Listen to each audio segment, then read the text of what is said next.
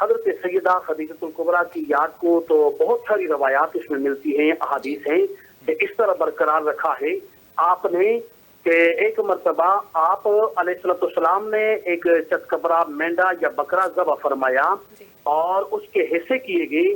آپ علیہ السلام نے ان حصوں میں بھی سیدہ خدیجۃ الکبریٰ کی جو سہیلیاں یا دوست یا بہنیں وغیرہ بنی ہوئی تھیں ان کو بھی یاد کیا. اور ایک مرتبہ تو اس طرح بھی ایک روایت ملتی ہے کہ آپ علیہ السلام تشریف فرماتے تو آپ علیہ السلام کے پاس یعنی دربار میں ایک خاتون آئیں. حضرت سیدہ عائشہ صدیقہ رضی اللہ تعالیٰ نے فرماتی ہے کہ نبی کریم علیہ السلام نے ان کے ساتھ ایک جداگانہ طور طریقہ اور ان کے ساتھ پیش آئے. تو حضرت مصطفیٰ کریم علیہ السلام جب اس طرح کے ان کے ساتھ پیش آئے تو حضرت عائشہ صدیقہ نے کہا کہ اللہ کے نبی آپ نے تو پہلی مرتبہ اس طرح ان کے ساتھ پیش آئیں. غالباً ان کا نام حضرت حسانہ ہے. حضرت حسانہ کے ساتھ یہ واقعہ تو نبی کریم علیہ السلام نے ارشاد فرمایا کہ یہ میری پیاری خدیجہ کی سہیلی تھی اور دوست تھی، ان کے زمانے میں آیا کرتی تھی، اس لیے میں ان کے ساتھ اس طرح پیش آئی ہوں. اور نبی کریم علیہ السلام خود حضرت عائشہ صدیقہ کو بھی اس طرح ارشاد فرمایا کرتے تھے کہ جب بھی آپ کچھ یعنی مخصوص چیز تیار کرتے فرماتے کہ حضرت عائشہ کی حضرت خدیجہ کی سہیلیوں کو جو وہ بہت پیاری تھی، وہ بہت اچھی تھی. حضرت سیدہ خدیجۃ الکبریٰ کی عظمت و شان ایک مرتبہ نبی کریم علیہ السلام کے دربار میں حضرت عائشہ صدیقہ نے یعنی اس طرح سے کلام کیا کہ وہ اتنی بری رت اور آپ ان کو بار بار یاد کرتے تو نبی کریم علیہ السلام اس پہ رنجیدہ ہوئے، آپ علیہ السلام غصہ ہوئے. تو اس کے بعد حضرت سیدہ عائشہ صدیقہ نے عرض کی اللہ کے نبی میں زندگی بھر آپ سے وعدہ کرتی ہوں میں کبھی بھی اس طرح آپ کے ساتھ نہیں پیش آؤں گی یا اس طرح میں کبھی ان کی برائی نہیں بیان کروں گی، میں ہمیشہ ہی ان کی بلائی بیان کروں گی. حضرت عائشہ صدیقہ کا یہ قول ہے اور نبی کریم علیہ السلام نے ہمیشہ ان کی یاد کو ہمیشہ ہی رکھا ہے اور ہمیشہ ہی یاد کرتے رہے. خیر الناس کے ساتھ یعنی خیر الناس کا لقب بھی نبی کریم علیہ السلام نے حضرت سیدہ خدیجۃ الکبریٰ کو دیا ہے. جی مفتی صاحب، ایک میں آپ سے سوال جو میں سمجھتی ہوں بہت ضروری ہے کہ آج کل کی خواتین جو ہیں وہ کہتی ہیں کہ ہمارے جو حقوق ہیں وہ سلب کیے جاتے ہیں اور اسلام میں اتنے خواتین کو حقوق نہیں دیے گئے، لیکن جب کہ ہم حضرت خدیجہ علیہ السلام کی زندگی کو دیکھیں تو بہت سارے حقوق جو ہیں جو عورت کو ان کی وجہ سے ملے ہیں. وہ کون کون سے حقوق ہیں، ذرا ان کے اوپر روشنی ڈالیے گا کہ عورت اگر اتنی مضبوط ہے تو وہاں سے حضرت خدیجہ سے ان کو کون کون سے حقوق جو ملے ہیں جو آج بھی عورت اتنی اسٹرانگ ہے اسلام میں. جی اچھا جی، آپ کے سوال کا جواب تو یہ ہے کہ یعنی جتنے بھی زندگی کے معاملات ہیں یا حقوق عورت کے ہیں یہ سب در خدیجہ سے سب عورتوں کو ملے ہیں. صرف ایک سمجھ کی بات ہے، اگر دیکھا جائے عورت کی جس طرح آج کل ہمارے معاشرے میں یا ہمارے ادھر ادھر یہ الفاظ چلتے ہیں جی کہ میرا جسم میری مرضی، تو اس کے حوالے سے یہ ہے کہ حضرت سیدہ خدیجۃ الکبریٰ رضی اللہ تعالی عنہا و سلام اللہ تعالی علیہ نے اس کا عملی نمونہ اور عملی جامع کر کے دکھایا ہے. آپ نے بھی اپنی مرضی کی ہے، اس کا یہ مطلب نہیں ہے کہ صرف مرد ہی کی مرضی تو دونوں کی ہے اور دونوں ایک دوسرے کی مرضی پر چلتے ہیں. حقوق کا جو تعلق ہے اس میں بنیادی حقوق یہ ہو گئے رہنے سہنے کے معاملات ہو گئے، کھانے پینے کے معاملات ہو گئے اور زندگی گزارنے کے معاملات ہو گئے اور اسی طرح مثال کے طور پہ خرچ و اخراجات کے نظامات ہو گئے ہیں.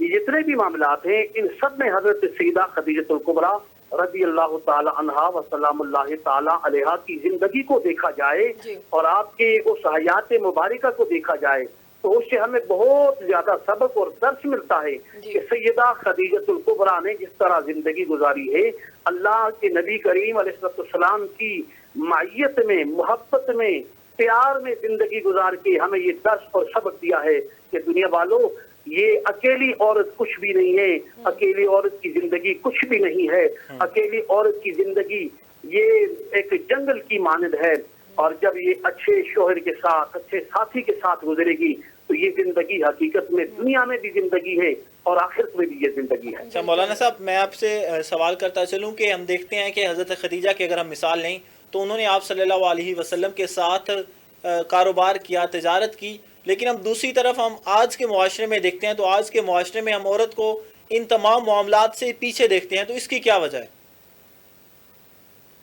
اچھا جناب علی، اس کی تو ایک وجہ تو یہ معاشرے میں جو بدامنی جی یا اس قسم کی جو باتیں پھیلی ہوئی ہیں، ایک تو ان کا یہ نتیجہ ہے۔ دوسرا یہ ہے کہ ہم بالکل اس معاشرے میں آ چکے ہیں کہ آج ہم اس دور میں گزر رہے ہیں کہ ہم عورت کو کچھ حق سمجھتے بھی نہیں ہیں، ایسا بھی ہے۔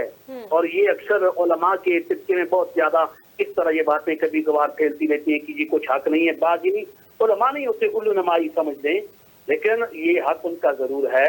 اور کاروبار کے حوالے سے بالکل یہ اسلام نے بھی اجازت دی ہے، اور یعنی اسلام کے دائرے میں رہ کر وہ ہر قسم کا کاروبار، ہر قسم کا کام، ہر قسم کی نوکری، ہر قسم کی مزدوری اسلام کے دائرے میں رہ کر سکتی ہے۔ اور مفتی صاحب مجھے بتائیے گا کہ اجازت اسلام کے دائرے کے اندر رہ کے اس کو تھوڑا سا ڈیفائن کیجیے گا تاکہ عام لوگوں کو سمجھ آ جائے، اسلام کے دائرے کو تھوڑا سا ڈیفائن کیجیے گا کہ کیسے ہو۔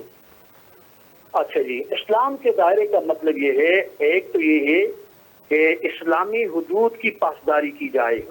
اسلامی حدود سے مراد یہ ہے کہ اپنے حیا کی، اپنی عزت کی حفاظت کی جائے، اسی طرح اپنے گھر والوں کی عزت کی بھی حفاظت کی جائے، بالکل، اور اسی طرح اللہ اور اس کے رسول کے احکامات کی پابندی کی جائے کہ ایسا کام کاروبار میں نہ ہو جس سے اللہ اور اس کے رسول کی ناراضگی ہو یا اللہ اور اس کے رسول کی ناراضگی کا سبب بنے۔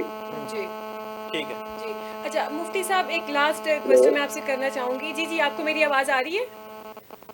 جی جی، آواز آ رہی جی ہے۔ مفتی صاحب، یہ کہ آج ایک عشرہ جو ہے وہ کمپلیٹ ہو گیا ہے، رحمت کا یہ عشرہ تھا، اب کل جو ہے ایک نیا عشرہ سٹارٹ ہو رہا ہے، اس کی کیا فضیلت ہے، یہ کون سا عشرہ ہے؟ آپ ہمارے ناظرین کے لیے اس کے اوپر ذرا روشنی ڈالیے گا اور بتائیے گا کہ اس عشرے کی کیا فضیلت ہے۔ جی، اچھا جی جناب، اس طرح ہے کہ جو نبی کریم علیہ السلام کا فرمان ہے رمضان کے حوالے سے، اول رحمت اوسط مغفرۃ وآخرہ عتق من النار، یہ اللہ کے نبی صلی اللہ علیہ وسلم کا فرمان ہے کہ پہلا عشرہ رحمت کا عشرہ ہے، دوسرا عشرہ مغفرت کا ہے، اور آخری عشرہ جہنم سے آزادی کا عشرہ ہے۔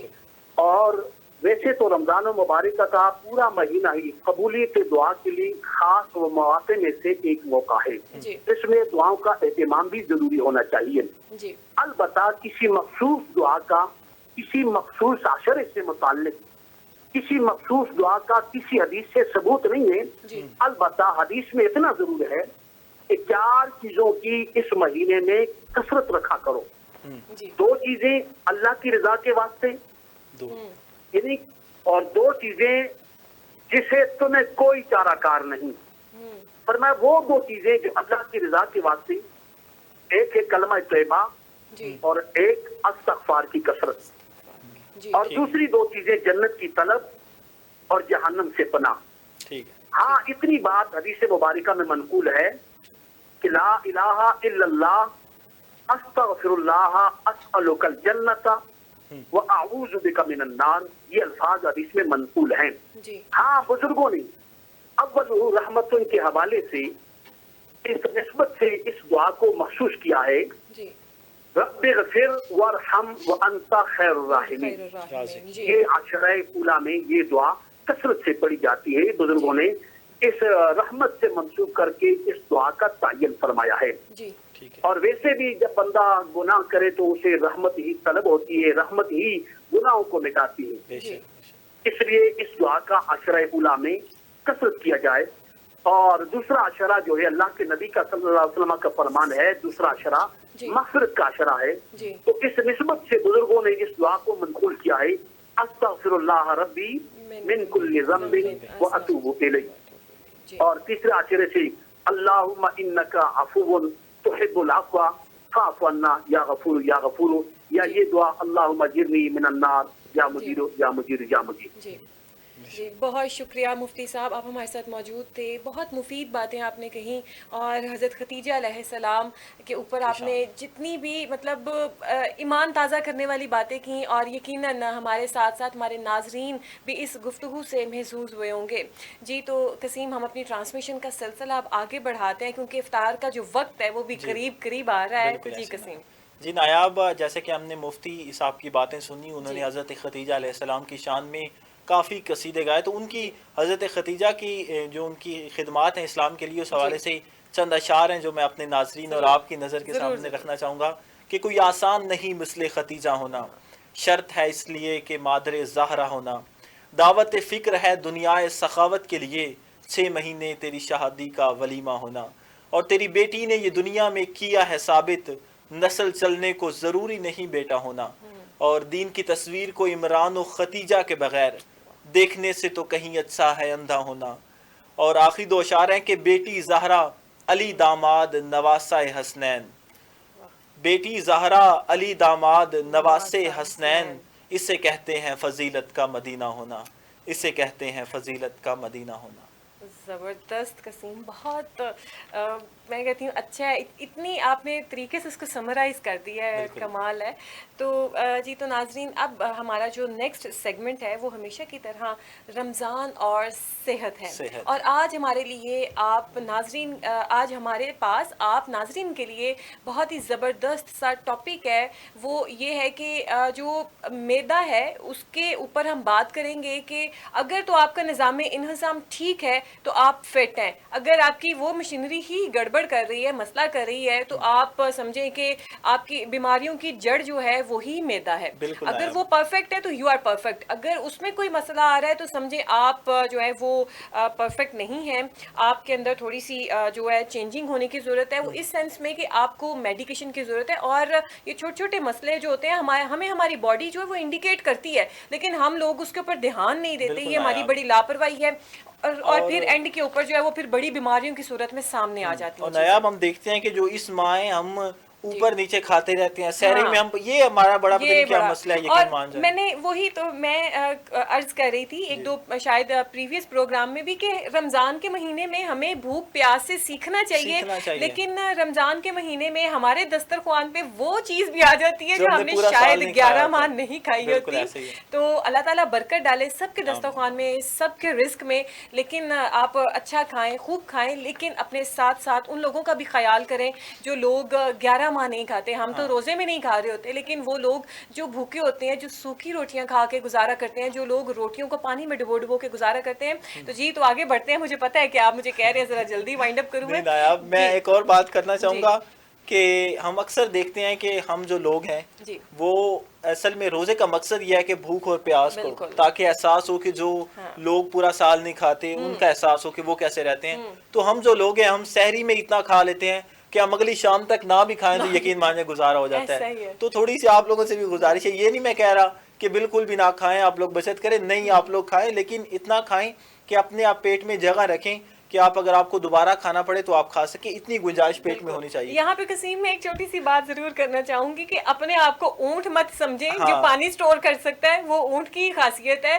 ہم جتنا بھی پانی پیئیں گے وہ تو ڈرین ہو جائے گا سارا یورین کی صورت میں، تو آپ کے معدے کی جتنی کیپیسٹی ہے اس کے اوپر خدا را اتنا ہی بوجھ ڈالیں۔ تو جی دوسرا میں کہنا چاہوں گا کہ جب آپ لوگ سحری کرتے ہیں تو اپنا پیٹ سمجھ کے کھایا کریں، یہ سمجھا کریں کہ یہ میرے ساتھ ہی لگا رہنا اس نے سارا دن، پھر ہم کہتے ہیں کہ جی ہمارے سینے میں جلن ہو رہی ہے تو پیٹ خراب ہو گیا، ہیوینس ہو رہا ہے۔ آپ یہ نہ سمجھا کریں کہ رمضان ہے اور رمضان کی وجہ سے آپ کو لگتا ہے کہ جیسے 30 دن بعد یہ بھی چلا جائے گا اور آپ کا معدہ بھی آپ نے کرائے پہ لیا ہوا اور وہ بھی چلا جائے گا، بالکل ایسے ہی ہے، اس طریقے سے نہیں کریں۔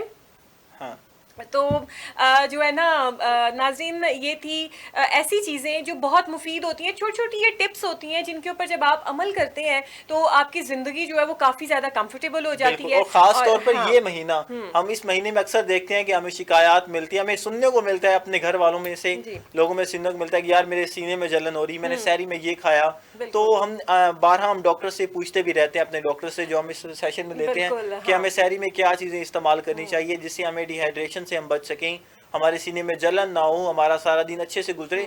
تھوڑا کھا کے ہم اپنا پورا جو دن ہے اس سے کیسے اچھا گزار سکتے ہیں، تو یہ مزید اپنے ڈاکٹر سے بھی مشورہ لیتے رہتے ہیں۔ ہماری ٹرانسمیشن میں اس ٹرانسمیشن کا حصہ بنیں گے ڈاکٹر اسامہ، جو کہ ہمیں بتائیں گے کہ رمضان میں اور رمضان کے علاوہ بھی دیکھیں 11 مہینے پیچھے بھی تو ہوتے ہیں، لیکن خصوصی طور پہ ہمارا فوکس رمضان ہوتا ہے کہ اس میں جو ہے معدے کی بیماریوں سے کیسے بچا جائے، کیونکہ معدہ ہی وہ ایسی چیز ہے جو ہر بیماری کی جڑ ہے۔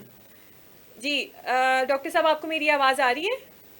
جی بالکل آ رہی ہے. السلام تھینک علیکم یو سو ڈاکٹر مچ. صاحب، خوش آمدید کرتے ہیں ہم آپ کو اپنے پروگرام میں.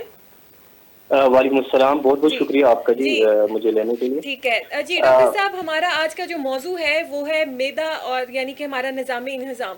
کہتے ہیں کہ اگر آپ کا میدا درست ہے تو آپ بالکل پرفیکٹ ہے، لیکن اگر آپ کے میدے میں کوئی جو ہے اونچ نیچ کا بھی فرق آ رہا ہے، 19-20 کا بھی، تو آپ مس فٹ ہو جاتے ہیں. آپ کی طبیعت جو ہے وہ کسی نہ کسی لحاظ سے جو ہے خراب ہو جاتی ہے. تو آپ ہمیں یہ بتائیں کہ رمضان میں اپنے آپ کو فٹ کیسے رکھا جائے؟ سینے کی جلن ہوتی ہے، گیس کا مسئلہ ہو جاتا ہے، کانسٹیپیشن یعنی کہ قبض کا مسئلہ ہو جاتا ہے. تو یہ وہ چیزیں ہیں جو بہت کامن ہے، تو ان سے کیسے بچا جائے؟ اور جو لوگ اس میں مبتلا ہیں وہ کیا چیزیں استعمال کریں کہ ان کو اس بیماری سے شفا مل جائے؟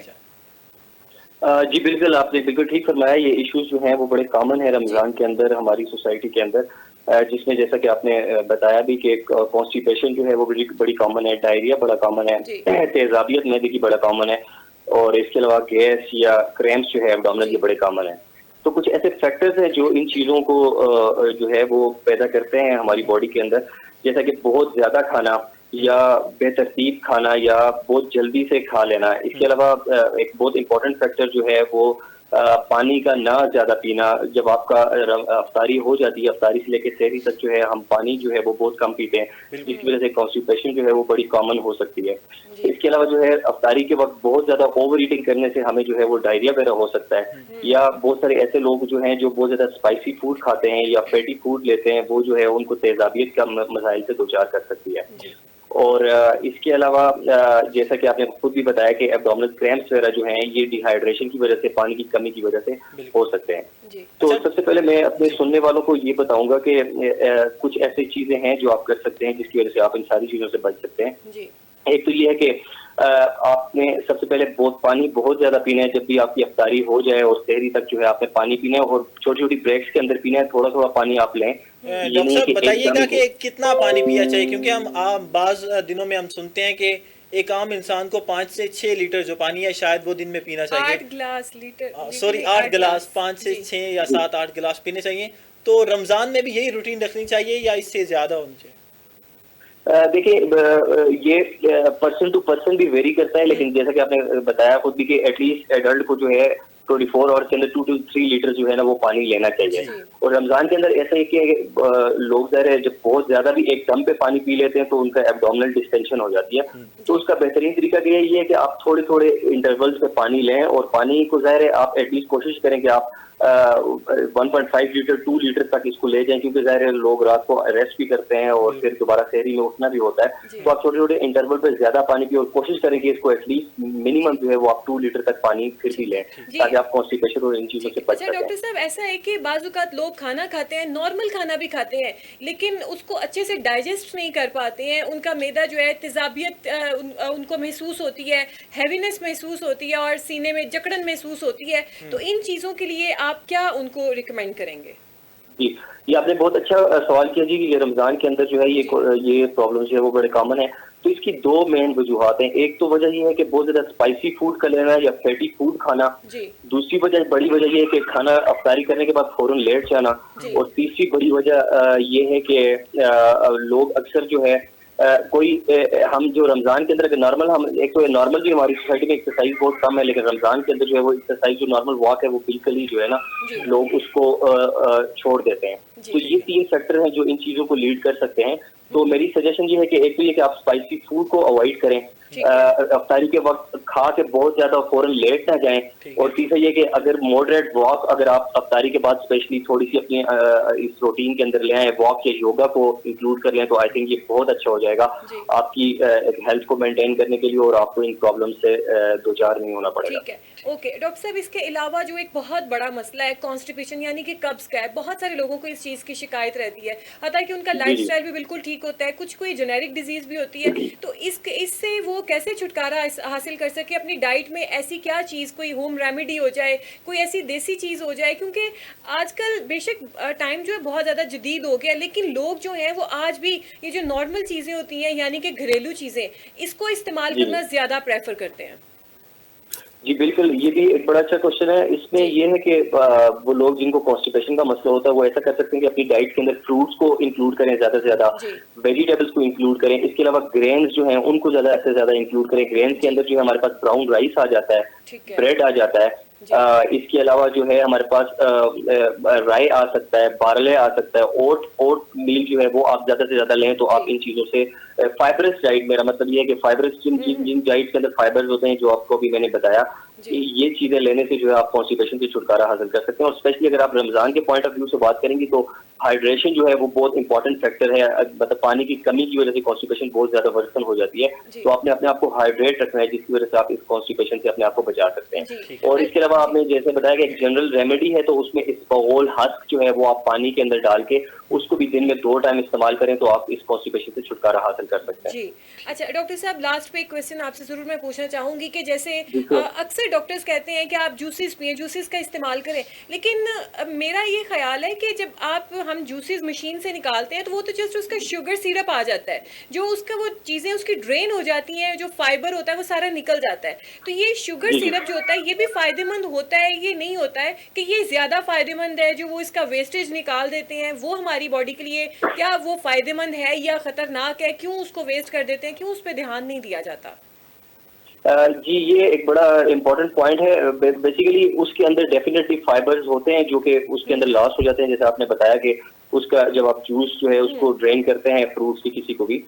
لیکن یہ ہے کہ چونکہ آج کل ہمارے پاس باہر جو ہے اتنا پیور جوسز وغیرہ اویلیبل نہیں ہے, تو اس لیے ڈاکٹر ریکمینڈ کرتے ہیں کہ آپ خود جو ہے فریش فروٹ سے جوس نکالیں اور وہ فریش وہ پئیں. وہ جو آپ کا جو فریش جوس ہے اس کے اندر جو نیوٹرینٹس ہیں وہ نیوٹرینٹس رچ ہوتا ہے, وہ نیوٹرینٹس اس کے اندر پریزرو رہتے ہیں اور آپ کو وہ سارے نیوٹرینٹس, وائٹامنس اور منرلس جو ہوتے ہیں جو فروٹس کے اندر اللہ پاک نے رکھے ہوئے ہیں وہ سارے ہمیں مل سکتے ہیں. ہاں تھوڑا بہت فائبرز کا جو پارٹ ہے وہ لاس ہو جاتا ہے, لیکن آئی تھنک یہ زیادہ سگنیفیکینٹ ہے جو ہمیں وائٹامنس, منرلز اور نیوٹرینٹس جو ہیں جو فروٹس کے اندر ہوتے ہیں وہ ہمیں اس فریش جوس سے ہی مل سکتے ہیں. تو آئی ووڈ سجیسٹ کہ آپ وہی فریش جوسز لوگوں کو ریکمینڈ کریں تاکہ وہ اس کو لیں اور یہ منرلز اور اس کی ڈیفینسی نہ ہو سکے ان کے اندر. مطلب یہ جو عام طور پہ ایک مت ہے کہ جی ہم نے تو جوس نکال کے پیا, وہ صرف ایک نیکٹر ہوتا ہے, شوگر سیرپ ہوتا ہے. آپ کا یہ کہنا ہے کہ وہ جو ویسٹیج ہم ویسٹ کر دیتے ہیں اس کو استعمال کرنا چاہیے, بیسیکلی وہی فائبر ہوتا ہے. ہاں نہیں, وہ فائبرز بھی لے سکتے ہیں اور جوس بھی لے سکتے ہیں. دیکھیں اگر آپ اس کو یوز کریں تو اس کے اندر فائبرز ہیں, اس کے اندر اپنے انگریڈینٹس ہیں, وہ فائبر جو ہے آپ کی ڈائجیشن کے لیے بڑا امپورٹنٹ پارٹ پلے کرتے ہیں. لیکن جو آپ کا اس کا جو اگر آپ نے فریش فروٹ سے خود آپ نے جوس نکالا ہے تو اس کے اندر بہت سارے ایسے منرلز ہیں, وائٹامنز ہیں, نیوٹرینٹس ہیں, رچ کنٹینٹس ہیں جو اللہ پاک نے رکھے ہوئے ہیں جو بھی ہماری ہیلتھ کے لیے بہت بینیفیشیل ہیں. تو آئی تھنک یہ فریش جوسز جو ہے وہ بڑا ایک امپورٹنٹ پارٹ ہونے چاہیے ہماری ڈائٹ کو اور ڈیلی روٹین کا. اچھا ڈاکٹر صاحبہ, ابھی ہم رمضان کے حوالے سے بات کر رہے ہیں, تو ہمیں اور ہمارے ناظرین کو بتائیے گا کہ ہم سحری میں ایسی کیا چیزیں کھائیں, تھوڑا کم کھائیں, اور وہ کم کھانے کی وجہ سے ہمارا جو سارا دن ہے وہ اچھے سے گزر سکے, وہ ذرا بتائیے گا. اسپیشلی کون سا فروٹ کھانا چاہیے ان ساری چیزوں سے بچنے کے لیے؟ جی دیکھیں, واٹر میلن ہو تو بڑا اچھا ہو سکتا ہے. اس کے علاوہ ایپل آپ لے سکتے ہیں, وہ بہت اچھا ہے. بنانا آپ لے سکتے ہیں, وہ بڑا اچھا ہے. اس کے علاوہ آپ ملک شیک بنا کے ان چیزوں کا لے سکتے ہیں. فروٹس میں کوئی بھی آپ چیزیں ہوں جو لے سکتے ہیں. آپ اسپیشلی اگر کسی بندے کو ڈائبٹیز ہے تو اس کے لیے کچھ فروٹس جو ہیں وہ اوائڈ کرنا ضروری ہے. باقی یہ ہے کہ ایک جنرل پاپولیشن کی اگر آپ بات کریں تو جتنی بھی فریش فروٹس آج کل مارکیٹ میں اویلیبل ہیں, امرود ہو گیا, مالٹے ہو گئے یا ایپل ہو گئے, یہ جتنے بھی فریش فروٹس ہیں یہ سارے ہمارے لیے بڑی بینیفیشیل ہیں اور ہیلدی ہیں, اور ان سے کسی بھی قسم کی یہ ڈائجسٹو ایشوز کو جو ہے نا وہ سالو کیا جا سکتا ہے. سیکنڈ تھنگ یہ ہے جو آپ نے بات کی کہ سحری میں کس چیز کو ایڈ اپ کیا جائے, تو آئی ووڈ ریکمینڈ کہ آپ یوگرٹ کو اپنی ڈائٹ کا ایک امپورٹنٹ پارٹ وہ رکھ سکتے ہیں. آپ صبح کے ٹائم پہ جو ہے نا دہی تھوڑا سا لیں, اپنی سحری کے اندر اس کو شامل کریں, تو آپ کو بہت سارے ڈائجسٹو ایشوز جو ہے نا وہ فیس نہیں کرنے پڑیں گے انشاءاللہ. جی بہت شکریہ ڈاکٹر اسامہ, آپ ہمارے ساتھ تھے, بہت مفید باتیں آپ نے کہیں. اور ڈاکٹر صاحب نے جیسے کہ کہا کہ دہی کا استعمال کیا کریں سحری میں یہ سمجھتی ہوں کہ سحری کے علاوہ آپ 11 ماہ ہی جو بچتے ہیں پیچھے ان میں بھی دہی کا استعمال کریں, زیادہ مت کریں, تھوڑا کریں, کیونکہ زیادہ تر لوگ جو ہیں وہ دہی کو اچھا نہیں سمجھتے, وہ کہتے ہیں یہ ہم نہیں کھا سکتے. تو جی بہت شکریہ ڈاکٹر صاحب.